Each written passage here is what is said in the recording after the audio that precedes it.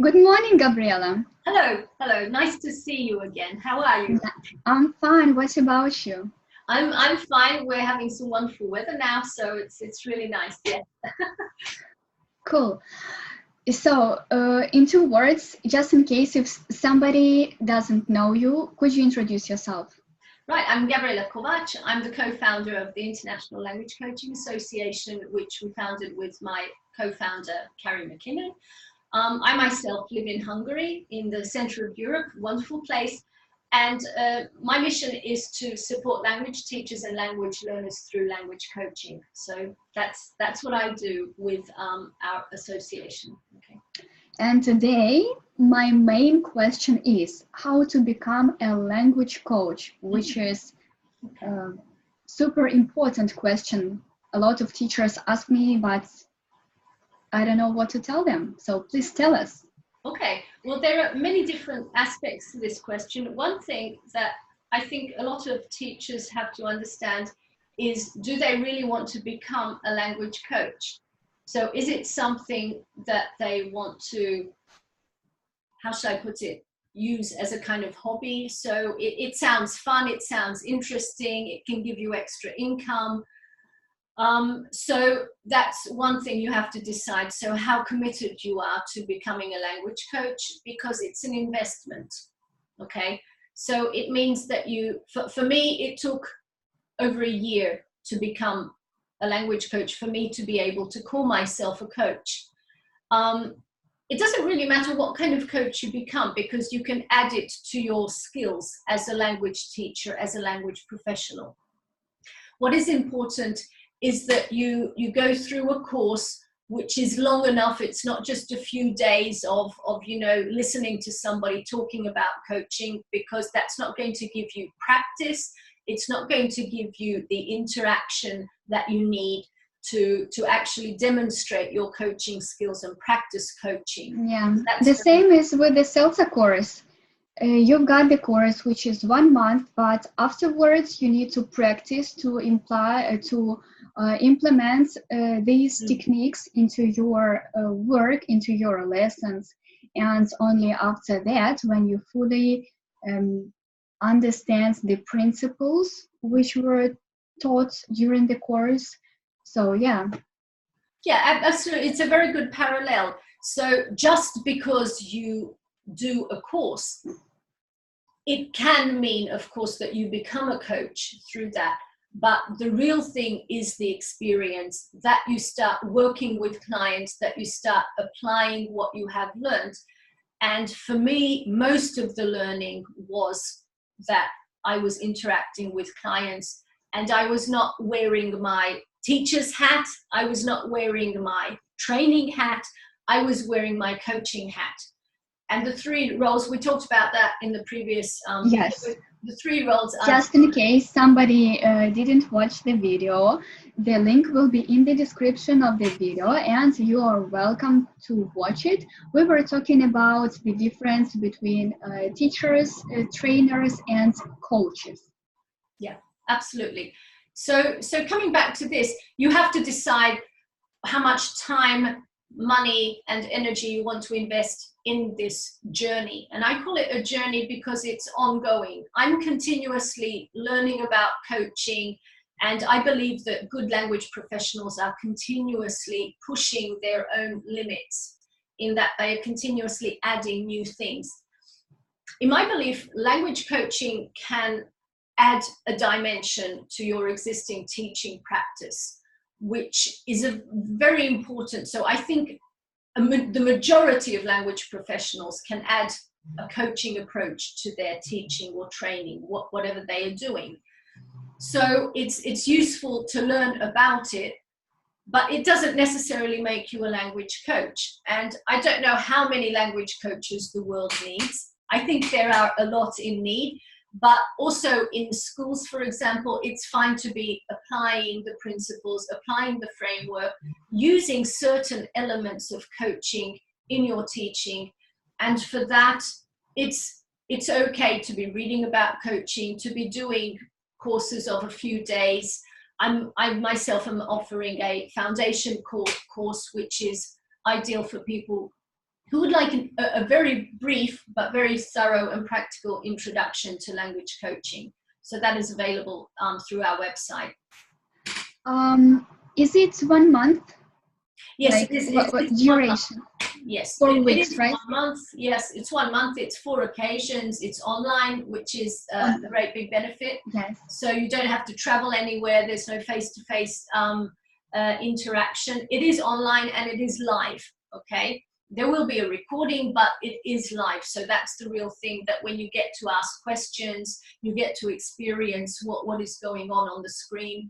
And I'll be doing demonstration coaching quite a lot so that you see how it actually works in practice. Excuse me. So there's a lot of activity between the occasions also. So things that I might ask you to do to practice, to think about and reflect on what is going on for you in connection with this kind of coaching approach in your practice. So previously you mentioned that there is a task on the course where you send a lesson plan, right? Yes. One of the things that we do is that we strive to provide very high quality input. And that means that you go away with a lot of things that you can immediately use. And one of the things is lesson planning.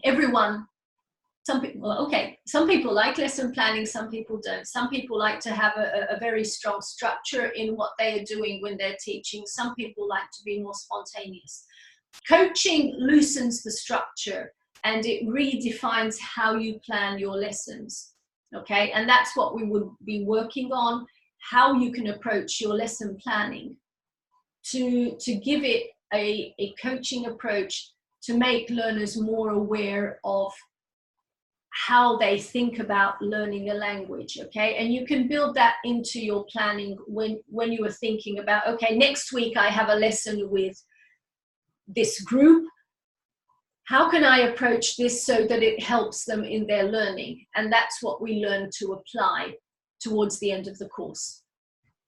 Okay, so that's a takeaway that you can immediately use. What kind of questions you can ask, what kind of activities you can use to increase the motivation for learners, or work on stumbling blocks that they may have, limiting beliefs that for example, they believe that they are not good language learners. Then how can you approach that kind of belief of a learner or a group who has had maybe some bad experiences with previous teachers, previous maybe family, friends, or they themselves believe that they are just not good language learners, and what you can do to support them, to get them to believe that it is possible for them to learn the language again.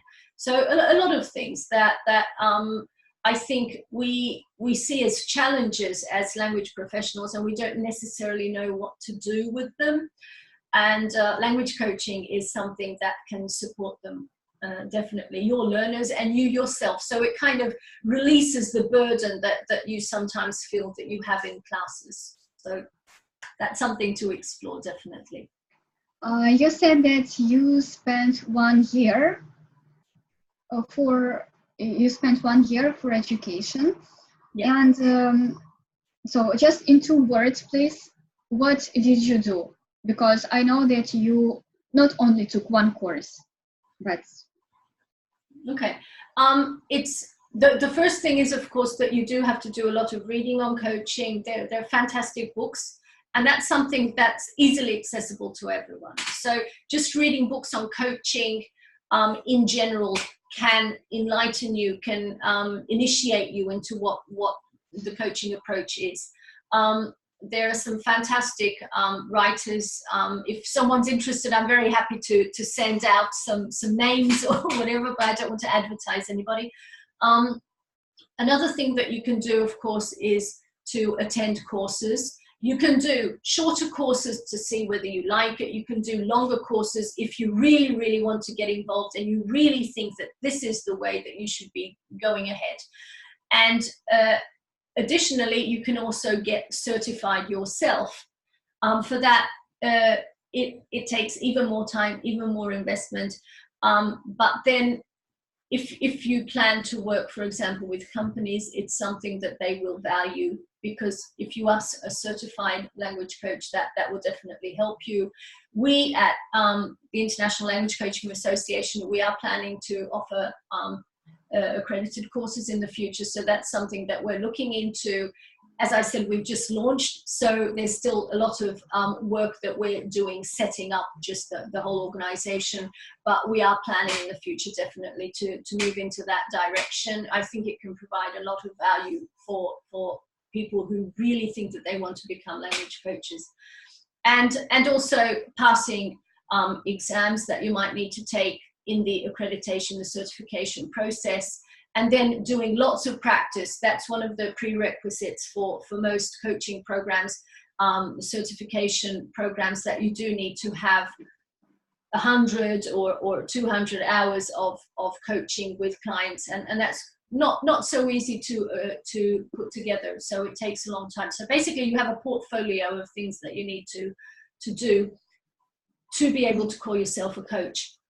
Just because you do a 2 or 3 day course, it doesn't mean that you're a coach. Same as with teaching, we've talked about that. Just because you do a course, you're not necessarily, you can call yourself a teacher, but maybe it's not the kind of quality that students are looking for, or organizations. Okay.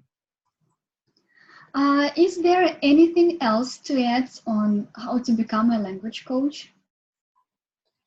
Well, I think it's to be very, very open and flexible. It's about a mindset change. We as teachers, we do tend to control what goes on in the classes. But it's also true that we know that the one thing that students really prize or admire is the personality of the teacher. And very often that personality, a positive personality, means that they are very open to helping and supporting their learners without over controlling them. And I think this kind of balance works very, very well in coaching, that you are supporting. What I always say is you kind of have your hand there to hold them, but they have to take the steps to move on, to make progress with the goals that they have. Okay, I think that's kind of how I would finish this interview today with you, Tatiana. Thank you very much for the opportunity. You're welcome. And in the description of the video, I will write the link to the website, right? Where you can find more information. Gabriella's Facebook page. Yeah, Facebook page. Right? Yeah. And I think that Gabriella would love to answer your questions if you have more questions on how to become. You can email me. There's also an email address. So yeah, absolutely. So looking forward to meeting anyone who's interested in language coaching, or what this is about. If you have any extra details that are missing for you, I'm happy to answer personally. So looking forward to you reaching out to me. So thank you very much. And thank you, Tatiana, again for the possibility to be here. Okay. Yeah. See you later. Okay. Bye-bye. Bye-bye. Bye-bye. Okay.